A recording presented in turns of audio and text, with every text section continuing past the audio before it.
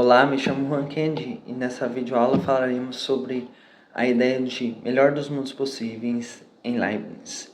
Godofrey Wilhelm Leibniz nasceu no dia 1º de julho de 1646 em Leipzig, Alemanha, e faleceu no dia 14 de novembro de 1716 em Hannover, Alemanha. Foi uma figura central na história da matemática e da filosofia. Leibniz foi um filósofo racionalista que defendeu que as verdades podem ser alcançadas pela razão e pelo raciocínio lógico. A ideia de que o melhor dos mundos possíveis que Leibniz nos apresenta ficou conhecido como uma ideia otimista. Ele traz que Deus criou o universo de uma forma ótima. Ele argumenta que é necessário o desafio para alcançar o bem maior. E tudo vai contribuir para a perfeição e bondade do universo. Mas isso não quer dizer que o mundo seja perfeito. Ele consegue reconhecer a existência do mal presente ali no mundo. A suprema perfeição de Deus implica que ao criar o universo, ele escolheu o projeto mais ideal, que harmoniza a maior diversidade com as mais alta ordem, o espaço, o local e o tempo, e foram utilizados para minimizar os resultados. O efeito máximo foi alcançado por meio dos métodos mais simples. As entidades criadas foram dotadas dos mais elevados níveis de poder, conhecimento, felicidade e bondade que o universo é capaz de nos suportar. No entendimento divino, todas as possibilidades reivindicam sua existência em proporção às suas perfeições.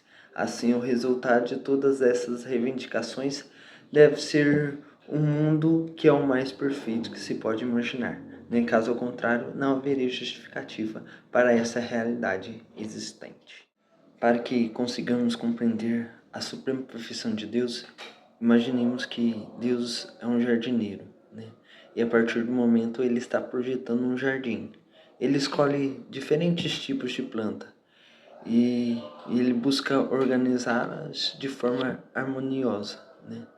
O resultado de um jardim bonito e equilibrado só acontece porque cada planta contribui para a beleza geral.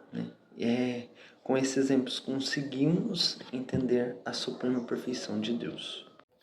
A suprema sabedoria de Deus, por sua vez, faz escolhas específicas em relação às leis do movimento, que melhor se ajuda aos raciocínios abstratos e metafísicos.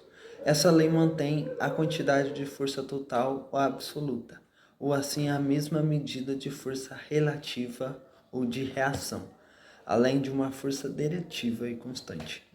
A ação é sempre igual à reação. O efeito total é sempre equivalente à causa total.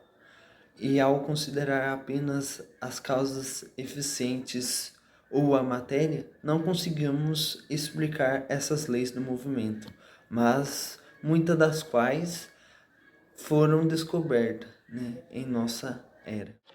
Percebemos que somos elevados a considerar as causas finais, evidenciando que essas leis não se fundamentam no princípio da necessidade, como ocorre nas verdades lógicas, aritméticas ou geométricas, mas sim no princípio da conveniência, derivando das escolhas da sabedoria, para que elas se analisam as coisas profundamente. Isso constitui uma das convincentes e evidentes provas da existência de Deus. Exemplos que conseguimos entender: imaginar uma balança que deve estar equilibrada, uma balança que antigamente as pessoas utilizavam. Você deve colocar um peso de um lado e deve colocar um peso igual do outro lado, para que a balança permaneça em equilíbrio. Isso traz uma ideia de que a ação tem uma reação, igual como na terceira lei de Newton. Agora, o outro exemplo, se a gente pensar um carro que está acelerando, a força que o motorista aplica ao acelerar, que seria a ação, é igual à força que o carro exerce na estrada, a reação. Essa intenção que mostra como as forças trabalham em conjunto para produzir movimento. A perfeição do Supremo Criador não apenas garante que a ordem do universo seja a mais perfeita possível, mas também cada mundo, cada centro substancial que reflete o universo sobre as suas próprias perspectivas, deve possuir percepções e apetites organizadas da melhor forma que seja compatível com o todo.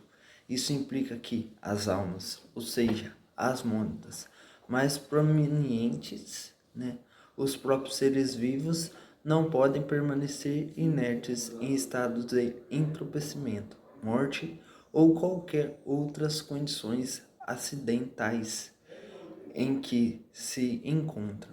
Um exemplo é um quebra-cabeça, onde cada peça seria uma mônada e tem um lugar específico, para que a imagem final fique completa e harmoniosa.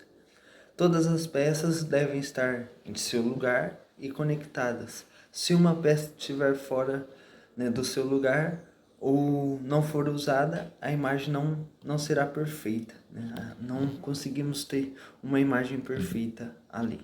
Portanto, o melhor dos mundos possíveis está organizado de maneira tão regular e harmoniosa quanto possível. Uma vez que a suprema sabedoria e bondade apenas atua de forma perfeita e harmônica.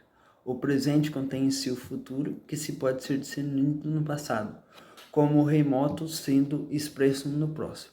A beleza do universo poderia ser reconhecida em cada alma individual, se conseguíssemos revelar tudo que está imerso nele e que se tornará perceptível apenas ao longo do tempo. Assim, cada percepção clara da alma está imersa em uma infinidade de percepções confusas que abrange o universo. A própria alma só conhece as coisas das quais tem percepções, na medida em que possui uma percepção clara e revelada. A alma é considerada perfeita na medida em que as percepções se tornam nítidas, e cada alma possui um conhecimento do infinito e do todo, embora de forma confusa. O exemplo que podemos dar quando estamos na praia, estamos próximo ao mar, ouvimos o grande ruído que as ondas fazem, mas nós não conseguimos distinguir os sons individuais de cada onda. Nossa percepção confusa resulta das impressões de que o universo nos transmite. Isso implica em cada mundo. Então, o melhor dos mundos possíveis é o mundo que Deus criou, pois possui um conhecimento claro de tudo, pois ele é a fonte de tal conhecimento. E Deus está centrado em todas as partes. No entanto, a circunferência desse centro não está em lugar algum, pois Deus está em tudo, está presente de forma imediata, sem qualquer distância do seu centro. Bem, sobre as ideias dos mundos possíveis, o que ficou claro para vocês, desses 4 tópicos? A suprema perfeição de Deus, a suprema sabedoria de Deus, a perfeição suprema Criador e melhor dos mundos possíveis. Quais desses tópicos chamaram a atenção de vocês? Deixe nos comentários. Não esqueça de se inscrever no canal, curtir e compartilhar.